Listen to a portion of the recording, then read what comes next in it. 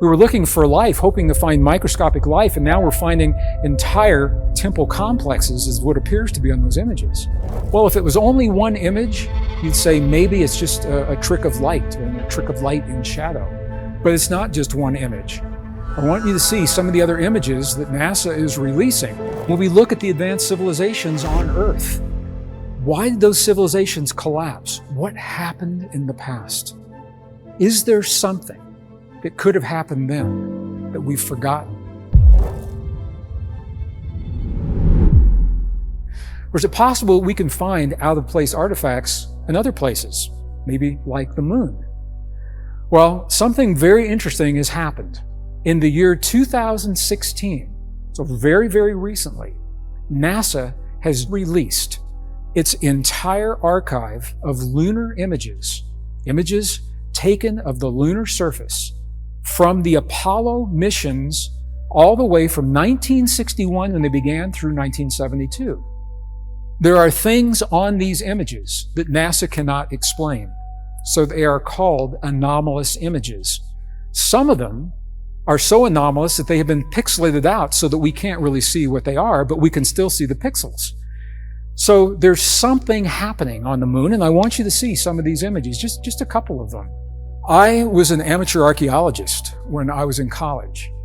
And one of the things, the very first things that I learned as an archaeologist is this. When we see 90-degree angles on an archaeological site, that tells us that it is in fact an archaeological site, that it is not a natural formation.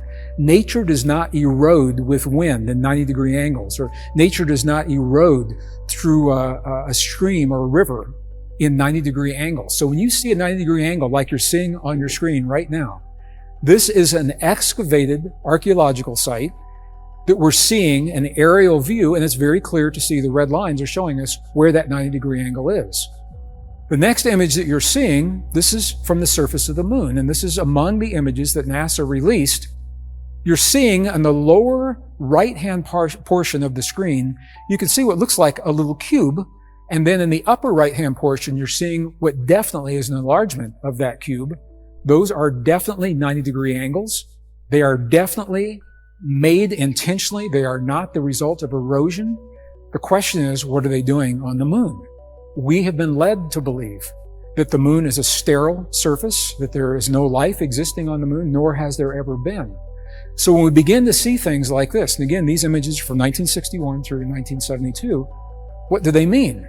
Well, if it was only one image, you'd say maybe it's just a trick of light, or a trick of light in shadow. But it's not just one image. I want you to see some of the other images that NASA is releasing. The Clementine mission to the moon came later, after the Apollo missions. So Clementine was a separate mission that went back to the moon, maybe to look a little closer at some of the anomalies that Apollo was seeing. And it's the Clementine images that we're finding pixelated, although they are released to the public. So you're seeing one now. There's obviously something here in the image that you're seeing that for whatever reason, we're not being allowed to see. What could that be on the surface of the moon? What is the out-of-place artifact that we're not seeing? Here's another one that looks more like some kind of a tower, perhaps, of some kind, or an obelisk that's been pixeled out. These are from the Clementine mission. Now, when people see things like this on the moon, the first thing that comes to mind is aliens, ETs, UFOs, things like that. And I fully believe, I'm certain, that we are not alone in this universe. It would make no sense for us to be. And that there's an overwhelming body of evidence suggesting now that other life forms have been with us for a very long time, both in our world and in other worlds. The astronauts have talked about this, those that have been interviewed. But I'm going to give you just a little bit different perspective. We are living a time of extremes. We are living a time when the cycles of conflict are ramping up. You don't need me to tell you that. You can feel the tension in the world, the push toward war. Doesn't mean that war needs to happen, but there are multiple places and hotspots where you can see right now, it wouldn't take much to create that. Okay, at the same time, something else is happening.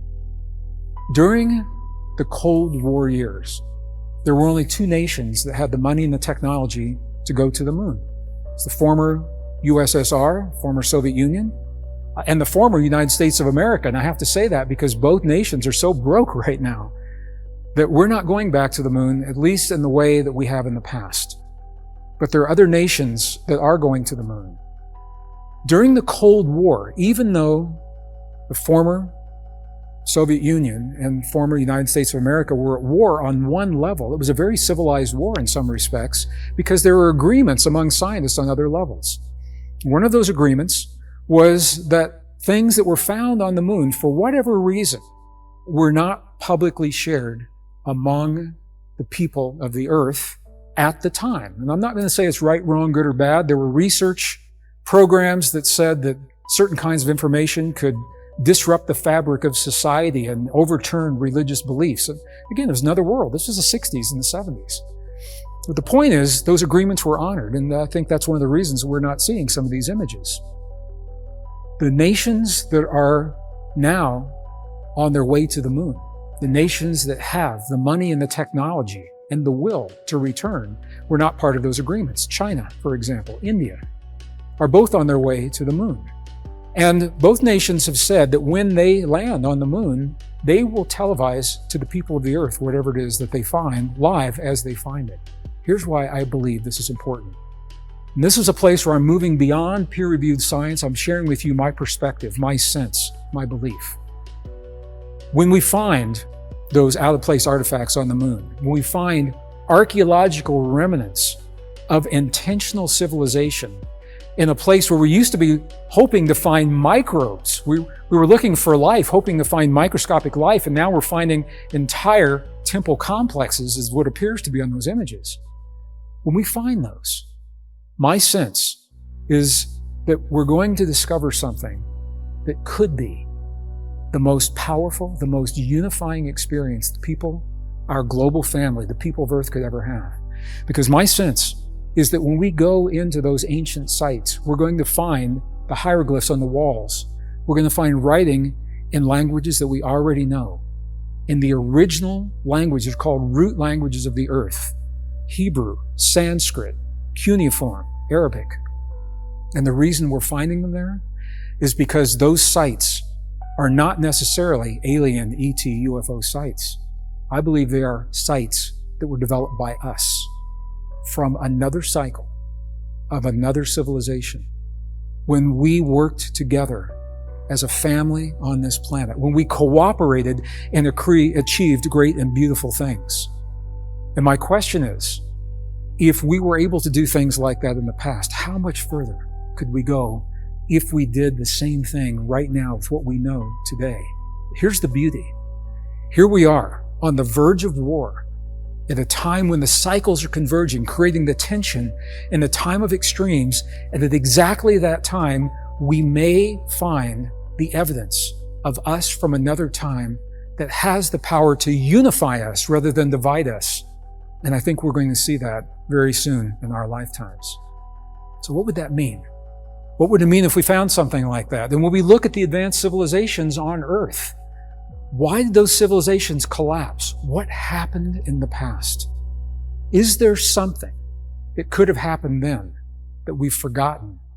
Or maybe we chose to forget because whatever it was so painful, we didn't want to carry it in the future civilizations.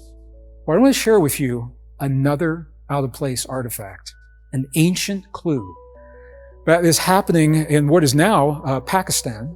It is in an area, used to be between India and Pakistan, ancient sites, archaeological sites, such as Mohenjo-Daro and Harappa. We've known about these sites for a while. They're about 5,000 years before present is when we say they originated. Interestingly, it's the beginning of the last cycle. It also happens to be at the time of the last great climate change. What we're finding is evidence of an advanced society. An advanced society that had things in their time that we have in ours today. They had knowledge of mathematics, chemistry, architecture, advanced architecture, multi-story buildings. They had closed indoor plumbing, hot and cold running water, flush toilets, stained glass in their windows. They even had buried pipelines where there have been wires and remnants of cables and what are believed to be ancient batteries have been found in these sites. So clearly, These were not primitive grass huts. These were advanced technological civilizations, and they had more. They had amazing art, beautiful art, using techniques of sculpture that we're only beginning to use now in the 20th century. But there are a lot of mysteries in these sites. Scientists, archaeologists also began to find evidence of what is called vitrified stone. What that means is that in the walls of the homes, for example, or in the floors made of quartz or granite that is made of quartz and feldspar and mica, some of the minerals, while they're still in place, they've been exposed to a heat that was so intense it melted the minerals in place. A high, intense, rapid heat that melted these minerals in place. And one of the mysteries, the archaeologists began to find these mysterious lumps of something. And it took them a while to understand that what they were looking at, these were lumps of clay that used to be clay vases and clay dolls that had also been vitrified. They were exposed to a rapid, intense heat. They were melted so quickly. All that's left now is a stone ball. So these kinds of things are the mysteries to the scientists. They're saying, what happened? What could have happened in this part of the world? Well, this is one of those places where you have to look beyond the evidence. If you look only at the evidence, you'll never understand what it is that happened. We need context. And some of that context is coming from the oral traditions of this part of the world, from the Hindu traditions of the Mahabharata, and specifically in the Bhagavad Gita, which is a small portion of the Mahabharata. This portion of the Mahabharata tells a story of an ancient battle that happened between two advanced civilizations a long time ago. It doesn't give the exact dates.